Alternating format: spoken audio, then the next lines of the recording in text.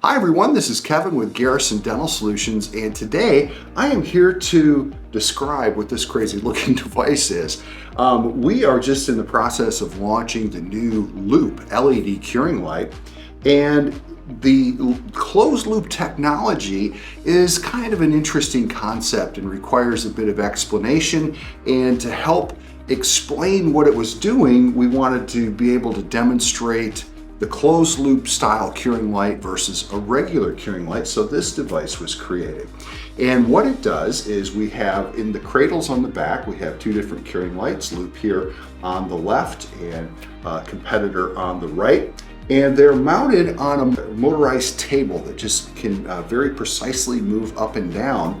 And at the tips of the curing light, where they're on the tooth surface there are radiometers that are going to measure the amount of light energy being delivered to that surface, so that we can see in real time on the screen here, as these devices move up and down, we can see how Loop is actually adjusting the power output to maintain a precise cure versus what happens with a competitor.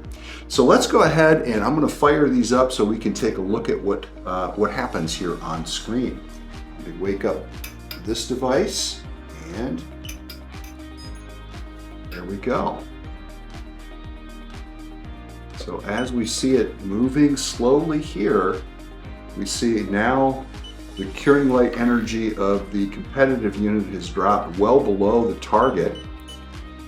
Both of these devices are set to cure 1,000 milliwatts for 20 seconds. And there we see that the 20-second cycle is complete. And we see that the competitive device here was in the target range 33.8% of the time. So we delivered a fraction of the energy that is required for an appropriate cure with this competitive device simply by not having it targeted correctly.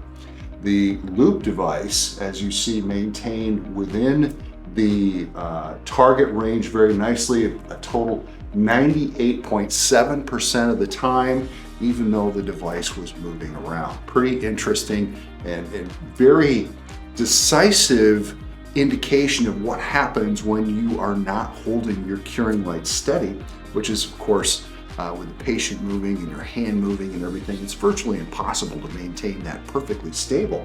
But with Loop, it actually adjusts. Now we'll take a look at a couple other types of demonstrations here with this machine, so you can see us put not only Loop through its paces, but this really cool device that our engineering department built from scratch. The test I'm going to run for you right now is really interesting. One of the features of the closed loop technology, as it's measuring and reacting to the amount of reflected light from the tooth surface, if it gets too far away from the target surface, it's actually going to pause the cure. It's going to shut itself off for just a second. You'll see the light flicker telling you that it's in pause mode, and then when it comes back within range, it's going to turn itself back to full cure, and that amount of time that it's been paused, it will add to the overall curing cycle. So right now it is set for a 20-second cure at 1,000 milliwatts, and regardless of the fact, however much time it pauses, it's going to add that time. So let's say you move a couple of times off target, it'll add 2, 3, 4 seconds to the overall cure, so you still get 20 seconds at 1,000 milliwatts. And that's going to compare it against a competitive light that, of course, doesn't have that pause feature, the auto start feature. And then on the screen, you'll be able to see how much light energy was delivered by Loop versus how much light energy was delivered by the competitive device. So let's go ahead. I'm going to wake this one up. There we go. And now I've got to warn you, the table, when it moves quickly, makes kind of an odd sound. So it's a factor of the table. The curing lights, of course, aren't making any noise whatsoever, but be prepared for that. Okay, it's moving. Oh, there we go.